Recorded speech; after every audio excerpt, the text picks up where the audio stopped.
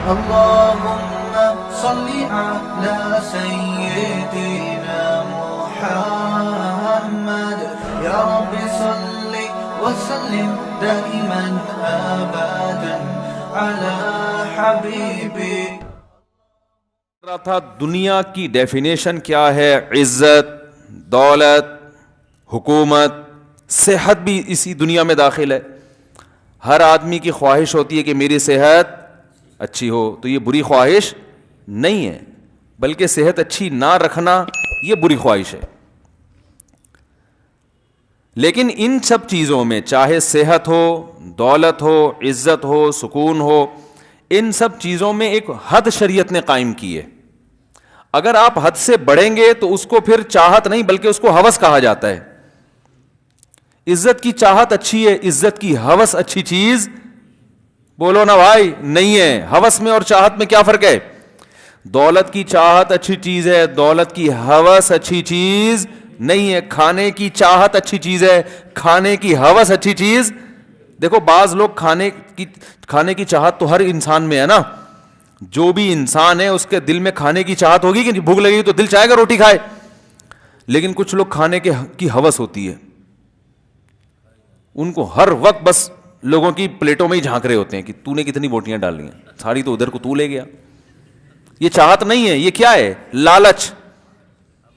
ٹھوسے جا رہا ہے ٹھوسے جا رہا ہے، جیسے زندگی میں آخری دفعہ ملا ہے، کبھی دوبارہ ملے گا ہی نہیں.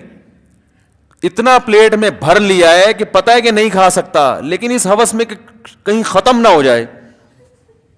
یہی ہوتا ہے نا.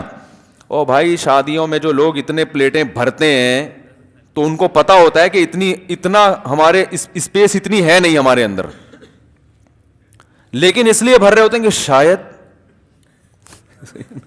شاید جب ٹھوسیں تو خود کوئی کھانچا ایک ایسی آنت اللہ نے پیدا کی ہو جس پر اب تک ہم مطلع نہیں ہوئے. عین ممکن ہے بھائی، سائنسی ترقی تو ہوتی رہتی ہے، کوئی نئی آنت دریافت ہو جائے گی، ہو سکتا ہے اس میں جا رہا ہو وہ.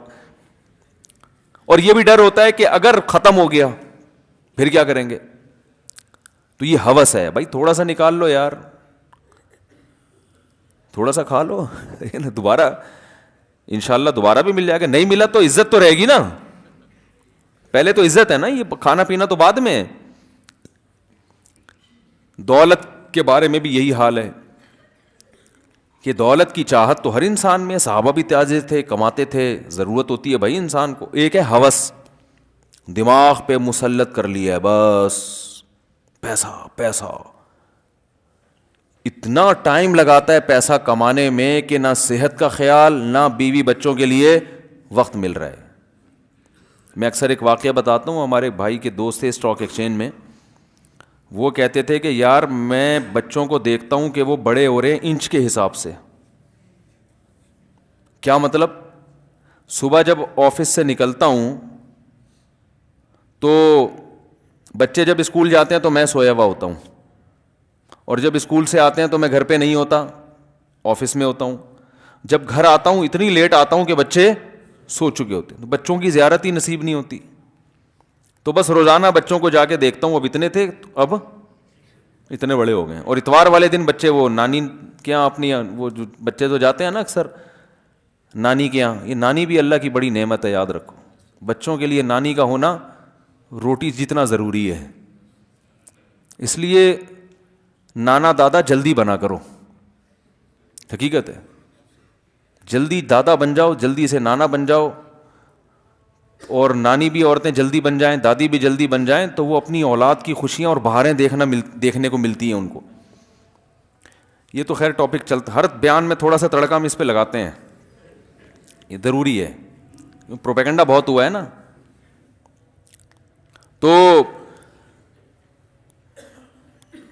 یہ بھی ہوس ہے کہ آپ نے کمانے میں اتنا ٹائم لگا دیا، ایک عذاب بنا لیا، یار میں پیسہ کیوں نہیں آ رہا، یار یہ پیسہ کہاں سے آئے گا یار. او بھائی جان کیا بھائی، سب کو ضرورت ہے پیسے کی، تو کم مل جائے ٹھیک ہے، نہیں ملے تو 2 وقت کی روٹی جتنا مل جائے. یہ بہرحال دیکھو، ایک تمیز والے آدمی کو اگر کھانا مل جائے، بھوک لگ رہی ہے، بس اتنا ہو کہ بالکل ہی بدمزہ نہ ہو کہ حلق میں اتر ہی نہ رہا ہو، تو گزارے لائق بھی مل جائے کہ بھائی اتنا ہو کہ چلو دال بھی ہے تو تھوڑا سا ٹماٹر کا تڑکا شڑکا لگوا لیتے ہیں، ٹھیک ہے نا.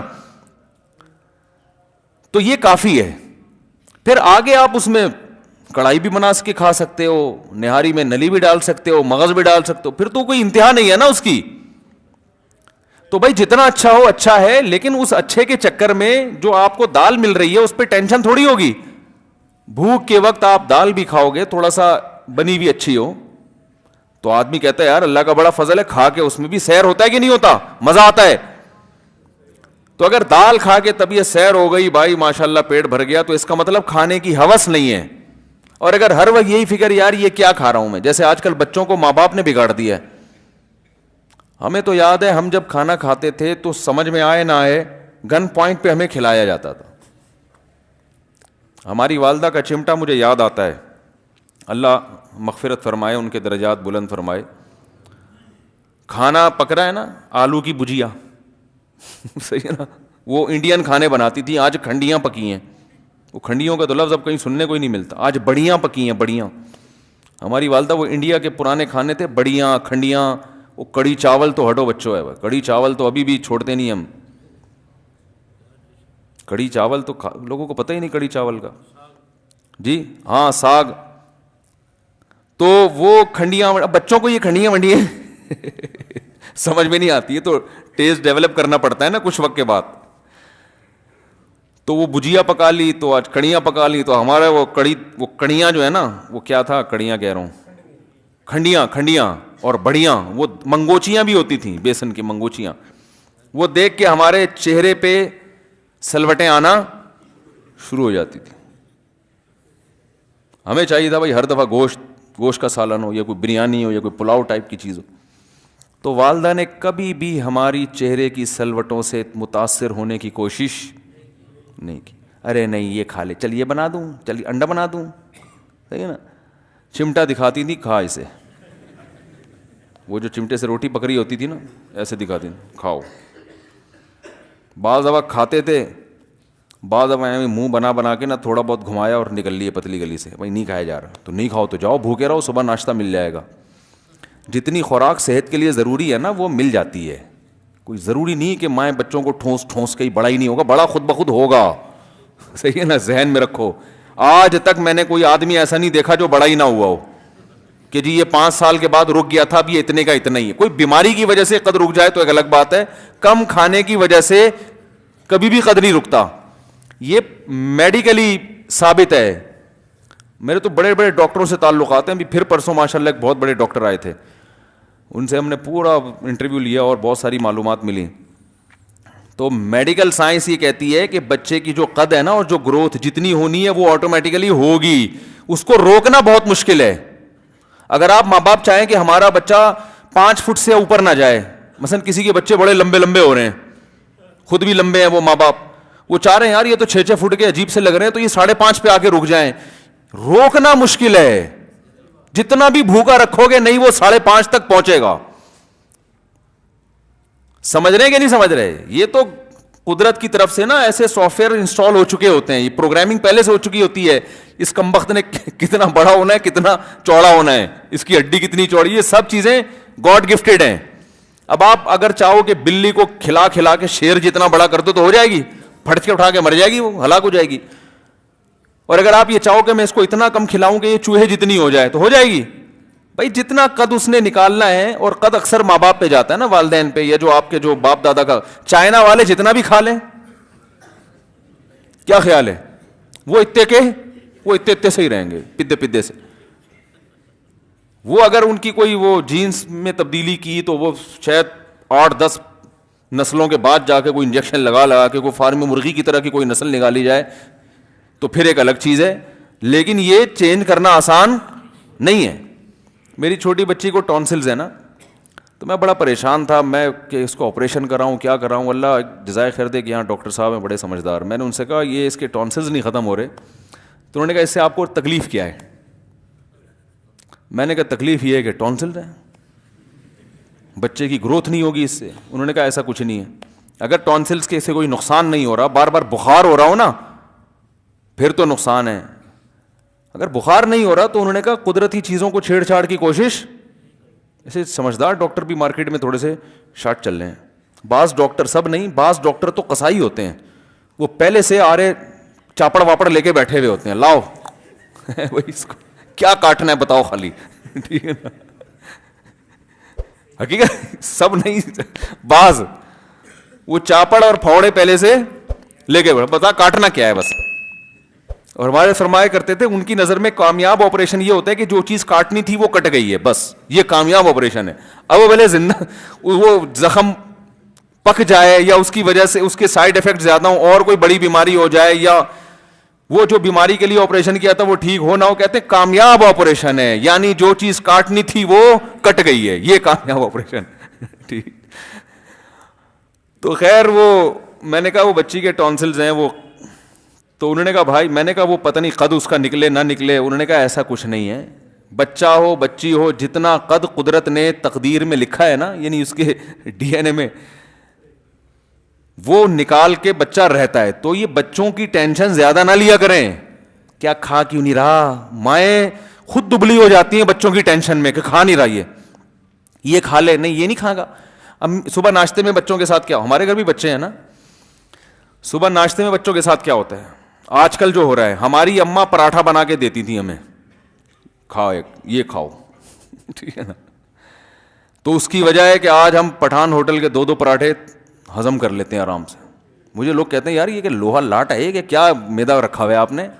پٹھان ہوٹل کے پراٹھے ہضم کرنا آسان کام نہیں ہے, وہ بھی ربڑ کے پراٹھے ہوتے ہیں, آپ کو پتہ ہے کوئٹہ ہوٹل کے جو اکثر ربڑ جیسی ہوتی ہے, وہ کھانے نہیں چاہیے, کوئی اچھی چیز نہیں ہے کہ آپ بھی کھانا شروع کر دیں, میدا ہے وہ. تو وہ اللہ کا شکر ہے پھوڑ دیتے ہیں ہم طبیعت سے.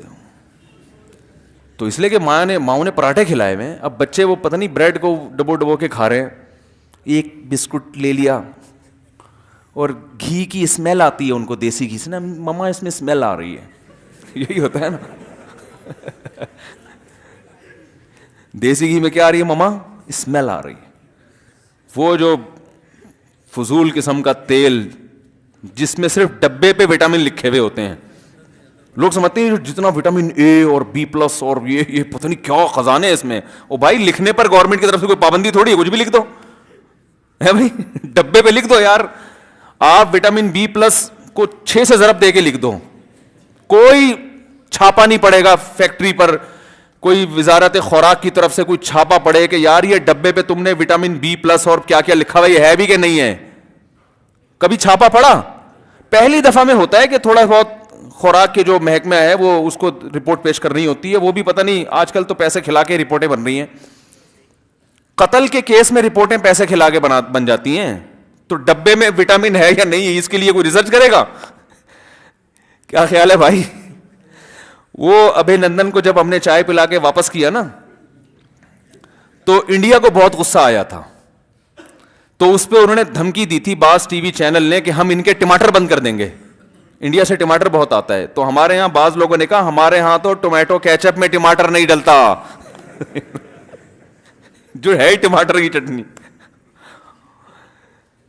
تو ہمارے یہاں تو جو جس چیز کی چٹنی ہے اس میں وہ چیز نہیں ڈل رہی بھائی. تو آپ کیا سمجھتے ہو اس آئل میں وٹامن B ڈالیں گے؟ یہ ہے بھائی, وٹامن A ڈالیں گے تو دیسی گھی میں ملے گا آپ کو. یہ جو کوکنگ آئل آ رہے ہیں نا, یہ کچھ بھی نہیں ہے بھائی. کھا لیا کریں, کوئی وہمی نہ بنے.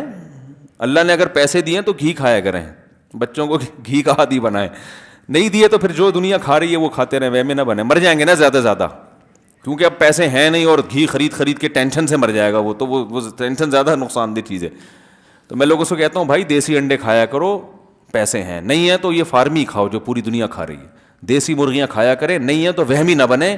یہ فارمی چکن کھا کے بھی ہم نے 90 سال لوگوں کو جیتے ہوئے دیکھا. ہاں اللہ نے پیسہ دیا تو پھر دیسی چیزوں کو, تو جب نہیں دیا تو جو ہے وہی کھاؤ. گٹکا نہ کھاؤ, بس پان نہ کھاؤ, یہ زیادہ یہ صحیح نہیں ہے. تو خیر کہاں سے کہاں بات چلی گئی. تو ہوس کیا ہے, بچوں کو بھی ہوس کا مریض بنا دیا. وہ کھاتے نہیں ہیں, یہ کھاؤ تو وہ کھاؤ, تو بھائی عادت ڈالو ان کو سب کچھ کھائیں, اسی سے طاقت. جو بچہ روٹی نہیں کھا سکتا اس کا مطلب وہ تو طاقت نہیں آئے گی اس کے باڈی میں, وہ کمزور ہوگا. روٹی پراٹھوں کا عادی بنائے بچوں کو. تو ہوس جو ہے, کھانا بھی انسان کی ایک خواہش ہے, یہ بھی دنیا میں داخل ہے اور یہ حلال خواہش ہے. لیکن اگر یہ اعتدال سے بڑھ جائے تو یہ کیا کہلاتی ہے؟ خواہش نہیں بلکہ ہوس. تو عزت بھی انسان کی ایک ضرورت ہے، لیکن عزت کی چاہت اعتدال سے بڑھ جائے تو یہ کیا بن جاتی ہے؟ ہوس. جیسے بعض لوگ ہر جگہ اپنی ٹانگ اونچی رکھنے کی کوشش کرتے ہیں، ہر وقت یہ چاہتے ہیں کہ ان کی تعریفیں ہوں، ہر جگہ ان کو آگے رکھا جائے. جو پہلے سے عزت دار لوگ ہیں اپنے آپ کو ان سے آگے نکالنے کی کوشش کرتے ہیں بجائے اس کے کہ ان کو عزت دیں. دیکھو بیٹا اگر باپ سے آگے نکلنے کی کوشش کرے کہ میرے ابا کی عزت اس گھر میں بہت ہے، تو ابا کے سامنے تو میری کوئی سنتا ہی نہیں ہے بھائی، تو میں چاہتا ہوں باپ کے سامنے بھی لوگ میری سنیں. تو یہ عزت کی خواہش نہیں ہے بلکہ عزت کی ہوس ہے کہ آپ باپ کا باپ بننے کی کوشش کر رہے ہو. ایک آدمی اپنے آفیسر سے زیادہ عزت چاہتا ہے کہ میری عزت میرے آفیسر سے زیادہ ہو، تو یہ خواہش نہیں ہے بلکہ یہ بھائی جو پہلے سے قابل عزت ہے ان کو تو ان کا مقام دینا پڑے گا نا. تو ہوس بری چیز ہے. قرآن نے کیا بتایا یہود علماء کے بارے میں؟ وَيُحِبُّونَ أَن يُحْمَدُوا بِمَا لَمْ يَفْعَلُوا فَلَا تَحْسَبَنَّهُم بِمَفَازَةٍ مِّنَ الْعَذَابِ. فرمایا ان یہودیوں کے علماء چاہتے ہیں کہ ان کی عزت ان کاموں پہ ہو جو کام انہوں نے کیے ہی نہیں ہیں. یہ بھی ایک برائی ہے. انسان میں وہ کوالٹی ہوتی نہیں ہے لیکن چاہتا ہے کہ لوگ سمجھیں کہ مجھ میں یہ کوالٹی ہے اور اس بیس پہ لوگ میری عزت کریں. تو قرآن کے الفاظ ہے فَلَا تَحْسَبَنَّهُم بِمَفَازَةٍ مِّنَ الْعَذَابِ.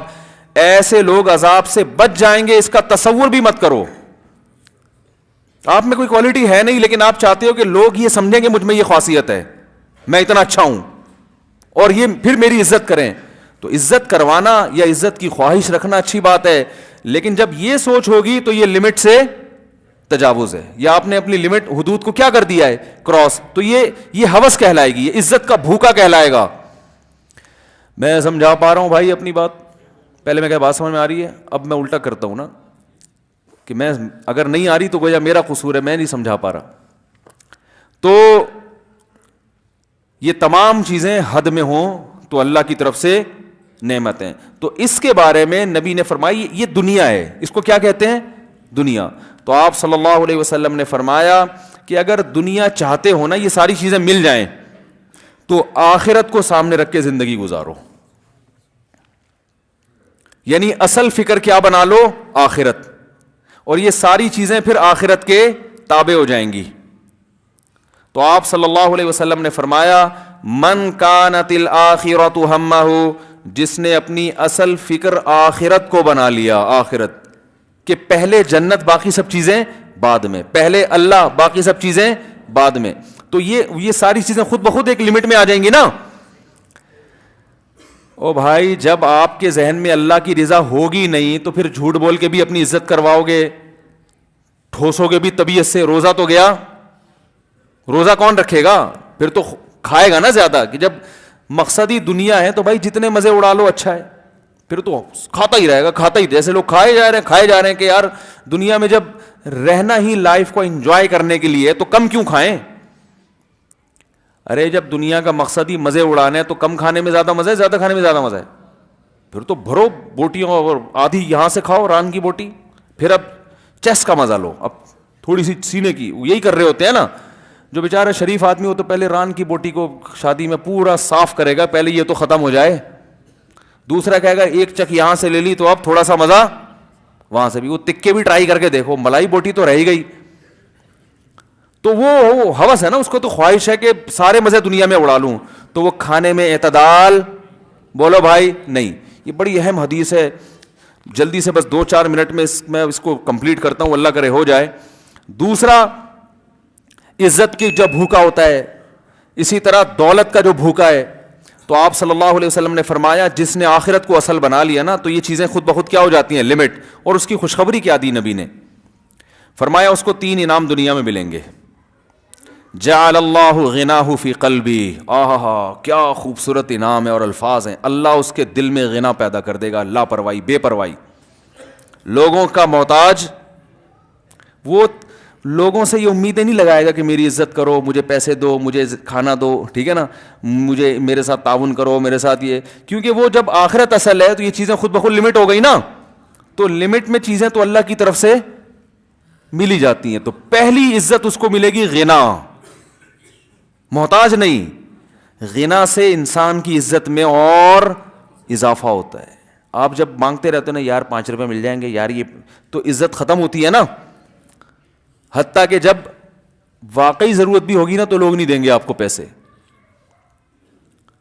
تو فرمایا سب سے پہلے غنا. کیا مطلب؟ سر اٹھا کے جینا سیکھ جائے گا. یہ کتنی بڑی نعمت ہے, کتنی بڑی نعمت. سر اٹھا کے جینا, دل کا مالدار ہو جائے گا. مالدار آدمی غریب کے سامنے ہاتھ نہیں پھیلاتا, غریب کے سامنے اپنی حاجت بیان نہیں, غریب کے سامنے اپنی عزت چاہتا ہے نا, تو یہ غریب ہو کے بھی کیا بن جائے گا؟ ایسی دل کی کیفیت جیسی دولت مندوں کی ہوتی ہے. دوسرا انعام, جعل اللہ غناہ فی قلبی وجمع لہ شملا, اس کی فکروں کو اللہ جمع کر دے گا. آج کل کوئی ایک ٹینشن نہیں ہے. کسی سے پوچھنا کیوں پریشان ہو, تو فون کہ کوئی ایک وجہ ہو تو بتاؤں. ہے بھائی کوئی ایک وجہ؟ ابے بھائی کیا ہو گیا؟ یہی ہوتا ہے نا. یہ میرا بچے نے بھی سیکھ لیا, بھائی کیا ہو گیا. وہ چھوٹا سا بچہ ہے بھی 4 سال کا, وہ میں آ رہا تھا تو میرے پیچھے پیچھے وہ بھی آنے لگا. چھوٹا 4 سال 3.5 سال کا ہوگا وہ, بالکل آپ نے دیکھا نا پدا سا. تو میں نے کہا بھائی کدھر آپ بیٹا گھر رہو. کہہ رہے بھائی کیا ہو گیا. مجھے اتنی ہنسی آئی, میں نے کہا اتنا سوچ, وہ بھائی ایسی باتیں کر رہا ہوتا ہے, وہ بھائی کیا ہو گیا. تو جمع لہ شملا, اللہ اس کی بہت ساری فکروں کو سمیٹ دیں گے. سمٹی ہوئی چیز اچھی ہوتی ہے. دیکھو کچرا بھی اگر ہو نا گھر میں پھیلا ہوا ہو تو برا لگتا ہے, سمٹ کے ایک ڈسٹ بن میں آ گیا سکون مل جاتا ہے کہ نہیں مل جاتا, حالانکہ کچرا ہے. کچرا ہونے کے باوجود وہ برا نہیں لگ رہا ہوتا. بھائی جھاڑو لگا کے سمیٹ کے ایک جگہ پہ جمع کر دیا اس کو, تو بہت زیادہ کچرا بھی برا نہیں لگتا, اور پھیلی ہوئی تھوڑی سی چیز بھی بری لگتی ہے. کمرے میں تھوڑا تھوڑا کچرا, کچھ ادھر برا لگ رہا ہے, سمیٹ دیا اور مزید کچرا بھی لا کے ڈال دو گے نا ڈسٹ بن میں سمٹا ہوا, وہ اتنا برا نہیں لگ رہا ہوتا. تو اللہ نے فرمایا ان کی فکریں سمیٹ دوں گا میں. صحیح ہے نا, گٹھری بنا کے رکھ دوں گا, بس یہی ہے, اور کوئی فکر نہیں ہے تمہاری. اور تیسری جو ہٹو بچوں, فرمایا اتتہ الدنیا وہی راغمہ, دنیا بھی اس کے پاس دوڑتی ہوئی آئے گی ناک رگڑتے ہوئے. سمجھ رہے ہیں, ہر چیز لمٹ تھی نا, حدود تھی, تو ملے گی لامحدود. سمجھ رہے ہیں, اس نے عزت حاصل کرنے کے لیے غیر اخلاقی طریقے اختیار نہیں کیے, تو جنہوں نے غیر اخلاقی طریقے اختیار کیے ان کو اتنی نہیں ملے گی, اس کو ان سے زیادہ مل جائے گی, جبکہ یہ عزت کا بھوکا بھی نہیں ہوگا. تو ناک رگڑنے کا مطلب یہی ہے کہ یہ عزت کے سامنے ذلیل نہیں ہوگا, عزت اس کے سامنے ذلیل ہوگی. ہائے ہائے کیسے دل میں اتاریں بات. پیسے والا آدمی جو ہوس ہوتی ہے وہ پیسے کے پیچھے بھاگتا ہے, پیسے کا بھوکا ہے, پیسے کے سامنے ذلیل ہوتا ہے. لوگ جھوٹ بولتے ہیں نا پیسہ کمانے کے لیے, لوگ کہتے ہیں نا گدھے کو بھی باپ بنانا پڑتا ہے, پیسے کمانے کے لیے گدھے کو بھی باپ بنا لیتے ہیں. عزت دار لوگوں کو ذلیل اور ذلیل لوگوں کو عزت دینا شروع کر دیتے ہیں. مفاد ہے بھائی. لیکن آپ نے فرمایا اگر آخرت کو اصل بنا لیا تو پیسہ اس کے پیچھے آئے گا ناک رگڑتے ہوئے. کیا مطلب؟ پیسہ اس کے سامنے ذلیل ہوگا, یہ دولت کے سامنے ذلیل نہیں ہوگا. حضرت حاجی عبد الوہاب صاحب رحمہ اللہ تعالیٰ کے واقعہ سناتا ہوں نا. ملک کے وزیر اعظم گئے ان کے پاس, بہت بڑی رقم دی, بہت بڑی رقم. تو حضرت نے ٹھکرا دی, بولا سیروزہ چاہیے. کیا چاہیے؟ 3 دن. اس نے کہا کہ حضرت اتنی بڑی رقم دینے والا آپ کو کوئی نہیں ملے گا, سمجھ رہے ہیں, قبول کر لیں. یہ موقع زندگی میں کبھی کبھار, گویا کہنا یہ چاہتے تھے. تو حضرت فرمایا اتنی بڑی رقم ٹھکرانے والا بھی آپ کو مارکیٹ تو میں بول رہا ہوں, ٹھیک ہے نا, اتنی بڑی رقم ٹھکرانے والا بھی آپ کو مارکیٹ میں نہیں ملے گا. سمجھتے ہو؟ تو جیسا استغنا ہوتا ہے اسی حساب سے پیسہ بھاگتا ہے. ہم پیسے کے پیچھے بھاگ رہے ہیں, ذلیل کر دیا اپنے آپ. دیکھو نا دکانوں پہ بیٹھے ہوتے ہیں کپڑا بیچنے, باجی ادھر آئے نا, بیٹھے نا. او بھائی جا یار, تو نے کپڑا ڈسپلے پہ لگا دیا, جس باجی کو دیکھنا دیکھ لے گی ہے. تو یہاں کوئی پکوڑے کی دکان تھوڑی کھول کے بیٹھا ہوا ہے. وہ آئی اسی لیے کہ کپڑا خریدنا ہے اس نے, لیڈیز کپڑا, تو لیڈیز کپڑے کی دکان کھول کے بیٹھا ہوا ہے, باجی باجی, مولوی صاحب, صوفی صاحب ادھر آئے. وہ تھان پہ تھان دھڑا دھڑ کھولے جا رہا, ایک نفسیاتی اثر ڈالنے کے لیے نا, کہ اگلا بولے. ہم تو بھائی کنفیوز ہو جاتے ہیں, کبھی کپڑا لینے جائیں نا, ابے نہیں کھولو, نہیں کھول کے دے, اتنے کھول دے. آدمی کہتا ہے یار اب نہیں لیا تو یہ بولے گا اس کو تمہارا باپ لپیٹے گا یہاں بیٹھ کے. معذرت کے ساتھ تھوڑی سی ابیوز لینگویج استعمال کر رہا ہوں, لینا نہیں تھا تو یہ کیا کون لپیٹے گا. یہ نفسیاتی اثر ڈالتے ہیں. اتنے تھان کھلوا دی اور لے ایک بھی نہیں رہے, تو آدمی مروت میں آ کے لے ہی لیتا ہے. یار اب کیا, یہ گھٹیا طریقہ ہے پیسہ کمانے کا بھائی. ٹھیک ہے آپ تھان تو کھولیں کسٹمر کی سہولت کے لیے, اس کو غیر اخلاقی طریقوں سے گھسیٹنے کے لیے یہ پھر پیسے کے پیچھے بھاگ رہے ہو آپ. پھر جو لفاظی ہوتی ہے تاجروں کی آپ دیکھو, یہ آپ کو یہیں سے ملے گا, کہیں اور سے تو ملے گا نہیں. آپ چونکہ آپ تو مفتی صاحب ہیں, اچھا آپ کے لیے تو آپ کے لیے اسپیشل ریٹ ہیں, حالانکہ وہ 100 آدمیوں کے لیے وہی ریٹ ہوتے ہیں. ایک دفعہ میں نے کوئی بائک کے لیے نا کچھ پارٹس خریدنے تھے, تو وہ مجھے ایک اس نے پارٹ فروخت کیا. میں نے کہا کتنے کا؟ کہہ رہے ہیں آپ کے لیے مثلاً 100 روپے کا. تو میں متاثر ہوں, میں نے کہا چلو داڑھی دیکھ کے تھوڑا سا خیال کر رہا ہوگا, 200 کی چیز ہوگی. آپ کے لیے کتنے کا ہے؟ 100 روپے کا. جب بھی میں پھر اسی دکان سے چیزیں خریدا کرتا تھا, کوئی بھی نہیں جانتا اس دکان والے کو, وہ اس لیے کوئی غیبت نہیں ہے اس میں, اور وہ دکان والے کا بھی کوئی رابطہ نہیں ہے, وہ بھی نہیں جانتا. بہت پرانا واقعہ ہے, 20 سال تو کم از کم ہو گئے ہوں گے. تو آپ کے لیے اتنے کا. پھر مجھے پتا چلا یہ ہر ایک سے یہی کہتا ہے. ٹھیک ہے, آپ کے لیے. اور دکانداروں کی عادت ہوتی ہے کہ بھی آپ کو میں اتنے میں دے دوں گا, اور وہ سوچ رہے ہوتے ہیں جھوٹ بھی نہیں بول رہے ہم, تو آپ کو اتنے میں ہی دے دوں گا نا, اور کیا مطلب ہے اس کا. وہ خوش فہمی میں مبتلا ہو رہے ہیں کہ میرے لیے. اور انسان پتہ ہے کیا ہے, اپنی تعریف کے معاملے میں بہت جلدی غلط فہمی کا شکار ہو جاتا ہے. یہ انسان کی فطرت ہے. کوئی بھی آپ کی تعریف کرے نا کہ آپ میں یہ بڑی اچھی کوالٹی ہے, تو وہ نہیں بھی ہوگی نا, آپ کو یقین ہے کہ نہیں ہے, یہ کوالٹی تو ہے ہی نہیں, لیکن آپ متاثر ہو گئے یار بات بندے نے پتے کی ہے. یہ انسانی نیچر ہے, کیونکہ ہر انسان کو اپنے آپ سے بہت محبت ہوتی ہے, تو اپنی تعریف سن کے وہ خوش بھی ہوتا ہے اور وہ متاثر بھی ہو جاتا ہے.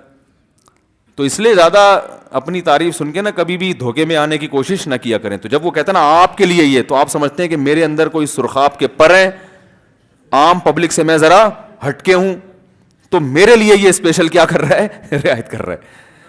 تو نبی صلی اللہ علیہ وسلم نے فرمایا جس نے آخرت کو اصل مقصد بنا لیا, دل میں غنا بھی پیدا ہوگا, یعنی سر اٹھا کے جیے گا. اور آپ صلی اللہ علیہ وسلم نے فرمایا اللہ اس کی فکروں کو بھی جمع کر دیں گے, ایسی ٹینشن والی زندگی نہیں ہوگی. اور تیسری خوبی اس کو, تیسرا جو انعام ملے گا, فرمایا اتتہ الدنیا وہی راغمہ, دنیا ذلیل ہو کر اس کے پاس آئے گی. یہ دنیا کے سامنے جھکے گا نہیں, دنیا اس کے سامنے جھکے گی. اللہ تعالیٰ سمجھنے کی, عمل کرنے کی توفیق عطا فرمائے.